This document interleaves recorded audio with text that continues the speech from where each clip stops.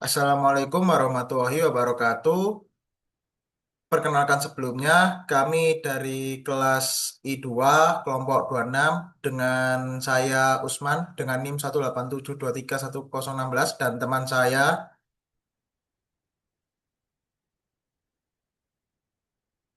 Saya Usama dengan NIM 187231100.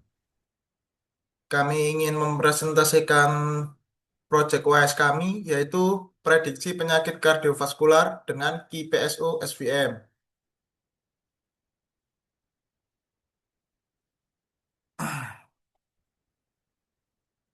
Di sini ada pendahuluan, dasar teori, metodologi, dan dataset. Yang pertama ada latar belakang terlebih dahulu. Yang penyakit kardiovaskular atau CVD merupakan penyebab kematian nomor satu secara global, menyebabkan 17,9 juta kematian per tahun atau 32% dari seluruh kematian di dunia. Deteksi dini sangat krusial untuk mengurangi risiko serangan jantung dan komplikasi kardiovaskular lainnya. Metode diagnostik konvensional seperti angiografi bersifat invasif dan mahal, dengan akurasi yang masih rendah serta konvergensi lambat. Sistem diagnostik CVD yang ada umumnya memerlukan iterasi panjang dan tidak efisien untuk screening massal. Nah, usulan solusinya yaitu model Key PSOSVM mengintegrasikan support vector machine dengan quantum behavior particle swarm optimization untuk optimasi fitur dan parameter secara simultan, menghasilkan akurasi prediksi 96,31%, sebuah pendekatan machine learning yang efisien dan non-invasif untuk prediksi penyakit jantung. Nah, untuk penyakit ini sendiri itu mencapai 17,9 juta kematian per tahunnya. Sumbernya dari WHO Global Health Estimate.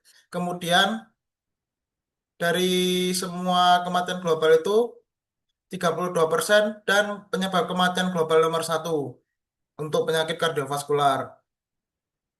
Nah, rumusan masalahnya yaitu bagaimana membangun model prediksi penyakit jantung dengan akurasi tinggi menggunakan data klinis. Kemudian bagaimana KPSU dapat mengoptimalkan pemilihan fitur dan parameter SVM secara global.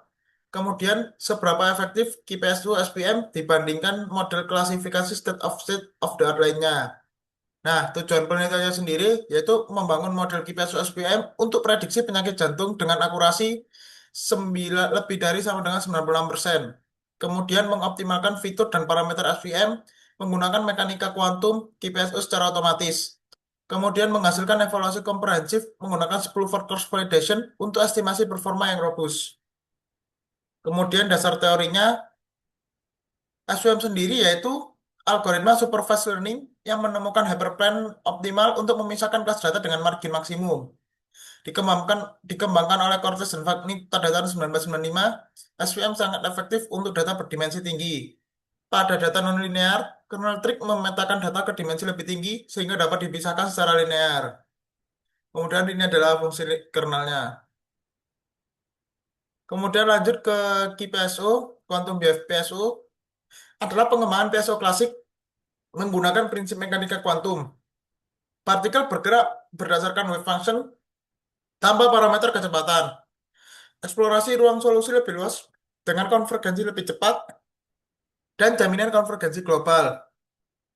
Nah, kemudian peran KPSO dalam optimasi SPM, yang pertama yaitu feature selection, yaitu memilih subset fitur optimal dari 13 fitur klinis untuk mengurangi dimensi dan noise data. Yang kedua, ada parameter tuning, Si dan gamma memberikan nilai regulation dan kernel bandwidth yang memberikan akurasi klasifikasi tertinggi. Kemudian adaptive threshold, self-adaptive threshold mencegah lokal minima dan menyeimbangkan eksplorasi eksploitasi. Nah, keunggulan KPSO dibanding PSO sendiri yaitu velocity free, jaminan konvergensi global secara teoritis, lebih sedikit hyperparameter dibandingkan PSO standar, dan juga optimal untuk mencari parameternya pada SVM. Kemudian lanjut ke penyakit kardiovaskular itu mencakup gangguan jantung dan pembuluh darah, itu koroner, gagal jantung, stroke, dan hipertensi. CVD adalah penyebab kematian nomor satu di global, melebihi semua kanker dan infeksi digabungkan. Nah, faktor resiko utamanya yaitu usia dan gender, hipertensi, kolesterol tinggi, gaya hidup pasif, dan merokok atau diabetes.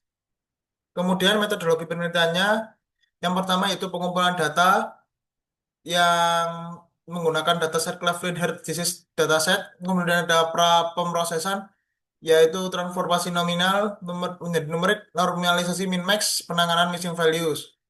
Kemudian seleksi fitur KPSO, subset fitur optimal, kodifikasi biner partikel, minimasi error SVM. Kemudian pelatihan SVM, yaitu kenalan graf terpilih, optimasi C dan gamma oleh KPSO, tren pada data optimal. Kemudian ada evaluasi dan validasi.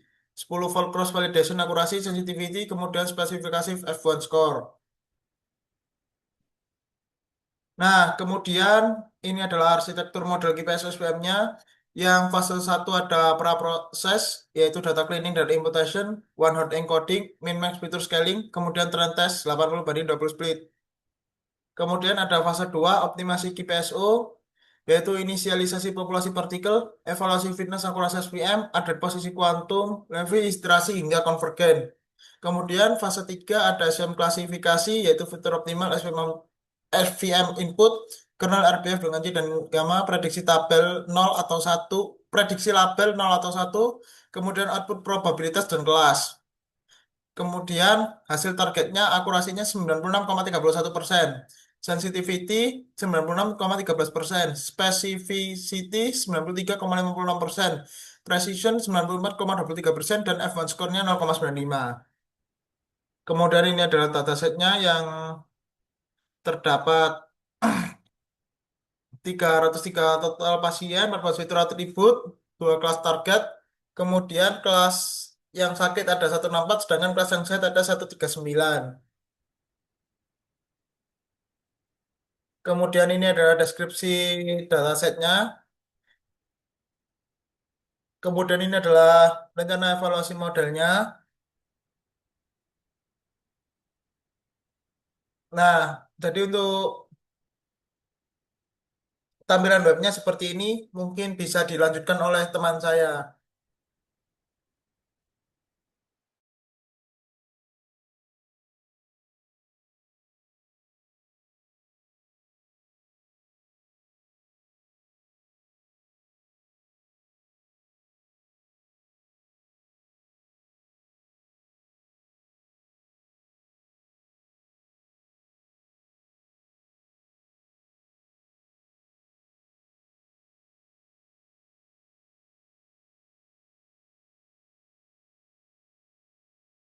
Mungkin mic-nya bisa dinyalain dulu.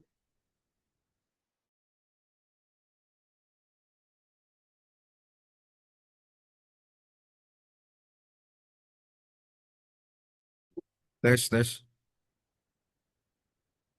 Oke, jadi di sini adalah codingan tampilan webnya dan juga codingan GPSO-nya di sini juga.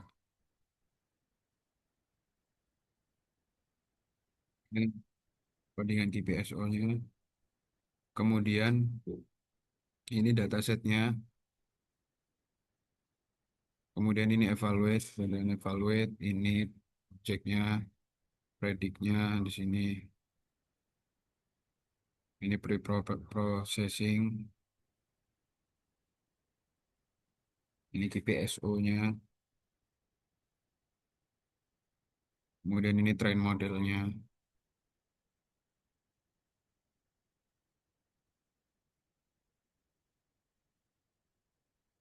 Kemudian ini adalah tampilan webnya seperti ini. Jadi di sini itu akurasi 79% dari setiap 100 data. Kemudian SVM-nya itu RBF. Kemudian base G-nya itu 358, 233, base gamanya 0,00066. Kemudian GPSO partikelnya 20, GPSO iterasinya 50, input fiturnya ada 13 jadinya. Kemudian di sini kita memasukkan umurnya 57, male, tipik angina, 120 ini. Dan kita baca prediksinya. Ternyata tinggi 100% probabilitasnya. Kemudian di sini akurasinya 79%. Presisinya 74%, recallnya 50%, 60, skornya 60%. Dan ini ada gambar grafiknya juga.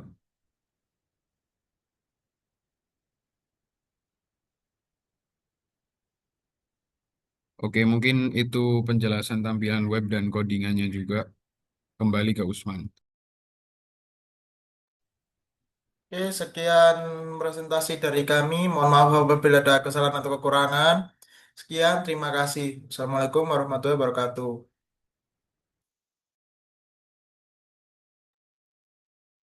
Ya,